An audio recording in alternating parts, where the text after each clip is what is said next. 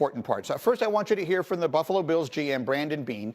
He was asked about how the Bengals have sort of leapfrogged his team in the AFC pecking order, and this is what he said. They right now are on the advantage of a rookie quarterback contract. And, you know, they had some lean years, and without getting too much into their build, I don't want to suck bad enough to have to get Jamar Chase. Like, he's a heck of a talent. I'd love to have him, but you gotta go through some lean years to do that. So he made that point, and it was tweeted, right? This is up on Twitter. Micah Parsons quote tweeted it and wrote, "Besides Mahomes, every team in the Final Four's quarterback is on a rookie deal and surrounded by talent. Interesting take." And so the entire world sort of in unison said, he's taking a shot at Dak. And so a little while later, Parsons said, "No, I'm not. Listen, we're not going to sit here like I'm talking about Dak. When I get paid, I want a big contract too. Come on, stop reaching." Doesn't feel like we're reaching. Isn't it reach? It's certainly not a reach. Whether he thought of it or not, it is most certainly not a reach, Dan Graziano. He doesn't say what he was talking about. That's the thing, right? If you're not talking about Dak, fine, but what did you mean? Look, this is the world we live in, right? And social media, and everybody's got a voice, and everybody feels like their opinion and their voice has to be heard on every single topic, no matter what it was. But I would not feel like I was reaching if I was Dak Prescott and I was taking that as a shot. I mean, it just feels like you just got eliminated. Yeah. You're looking at everybody else who's still in the playoffs, and you say that based on what Brandon Beane said. And it doesn't make it wrong. This is also on the heels. No, it is. But look, it's also on the heels of after the game, Parsons basically saying, I'm paraphrasing now, defense played well enough to win. Right? I mean, he basically said that. So that's twice this week that he didn't take a shot at Dak Prescott. What do you think it all adds up to? Listen, it's a reality. And I think they have to start thinking about what Dak's future is, and they have to go out and, I think, draft a young quarterback. Remember, the same way you got him is the same way you lose him. So Dak Prescott got his opportunity because he was able to step into a roster that was pretty good, and Tony Romo was on the end of his contract on a big deal. So what happened is he became cheap. And so he became the alternative so that they can stack the deck.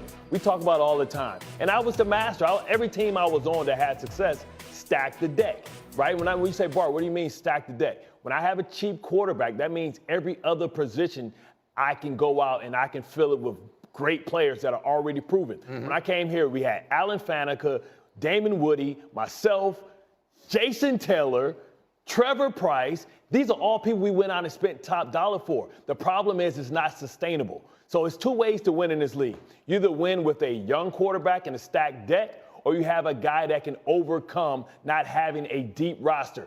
Peyton Manning used to do it all the time. What the beauty was about Tom Brady was they could stack the deck a little bit because he wouldn't take the top of the market money. So this is the reality of it. The point you're making is that Dak Prescott is not one of the players like maybe Patrick Mahomes is and others who can overcome. So the issue is, in this league too often, we confuse good with star with superstar. It is only 3 superstar quarterbacks in this league. It's Allen, Burrow, and Mahomes. Everybody else are to a certain extent, is a product of a system. Jalen Hurts is not a superstar. And if Philadelphia decides to pay him like he's a superstar, you have to capitalize early on in the first couple of years of a big extension because you have to start saying goodbye. Amari Cooper is not there because Dak Prescott contract is. So that means he has to overcome and make Gallup a great player. I haven't had you here this week. Obviously, Dak had a terrible game on Sunday. I mean, there's no defending it. Even those of us who remain fans of his, there's no defending the fact that he played badly and he was the first one to say it.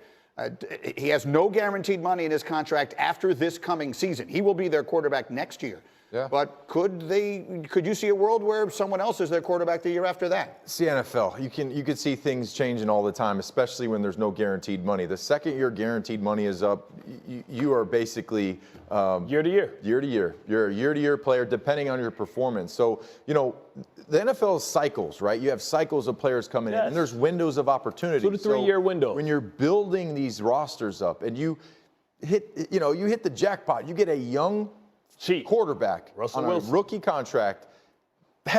That's great. I mean, look at the 49ers. If they win on Purdy right now, they got 4 years. They have a window where they have a great roster. They can spend money elsewhere, and they could go after it. So, what Parsons is saying basically is, yeah, okay, look at what the championship divisions are right now. Right. They're young players, young quarterbacks under rookie contracts. Now, Burrow, we assume, is about to become one of these. Right. super highly That's why paid it's guys. important for them to win. But here's the point: is the Cowboys are going to show us what they could show us what they think of all of this. They could extend him now, right? Yes. They could work out a new deal, Absolutely. extend it, make the money friendly or whatever it is. It'll be very interesting to see if they do that. Yes, and the way his contract is built, something probably needs to be done this offseason in terms of a restructure, if not an extension, a restructure to lower the cap number.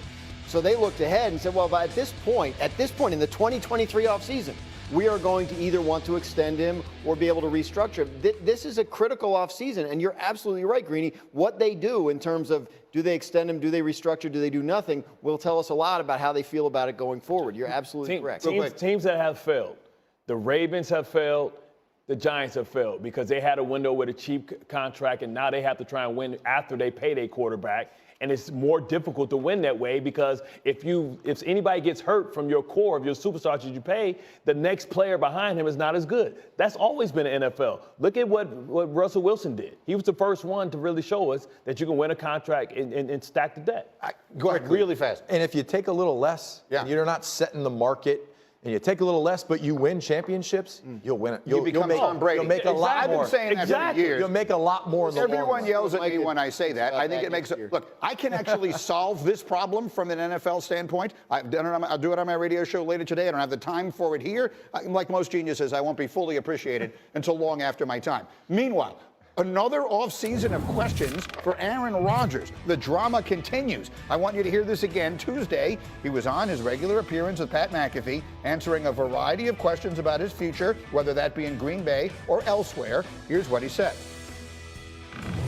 If they felt like it was in the best interest of the team to move forward, so be it. You know, that wouldn't offend me. That wouldn't make me feel like a victim. I wouldn't have any animosity towards the team. I have a lot of love for what's going on in Green Bay, and I'd love to finish there. I would, and I might have finished there. You know, who knows? But what's the old adage? You know, that people want to say, "Oh, the grass isn't always greener," you know, on the other side. And I always say, the grass is green where you water it. So where's he going to water his grass is the question about Aaron Rodgers. Look, there are three ways this can go. Yeah. He can retire. No. Which would leave a lot of money, right? Every player I have up here says Bart won't let him retire. $58 million. He's got a lot of reasons. We need him too much. So then the next one is he comes back and plays in Green Bay and everything is generally normal, or he decides or they decide mutually that it is best for them to part ways and we start figuring out where else he can go. That is a possibility. If that is the case, how do you see that playing out? Obviously, a lot of people have their eyes on your old team and my favorite. Well, I just think that it's time to move on, right? They have to do a hard reset as well because listen, their core is getting older. He's already said he wants Bakhtiari to get paid. He wants Tunyon to get paid. You can't be the highest paid player and be the general manager at the same time. So listen, it's time to take your